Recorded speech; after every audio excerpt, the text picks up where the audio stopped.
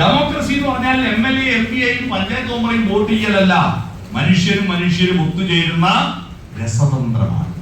അപ്പൊ കുടുംബങ്ങളിൽ ഒത്തുചേർന്നിട്ട് പരസ്പരം അംഗീകരിക്കുക. നമ്മുടെ പല ഗൃഹനാഥന്മാരും ആരാന്നറിയോ? പൽവാദേവൻ.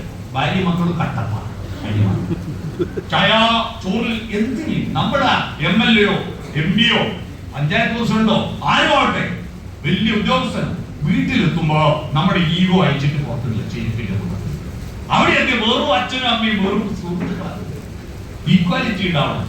അത്തരത്തിൽ വീട് പരസ്പരം ബഹുമാനിക്കുന്ന, പരസ്പരം അംഗീകരിക്കുന്ന, തലകുലുക്കുന്ന വീടാവുക. നോഡി.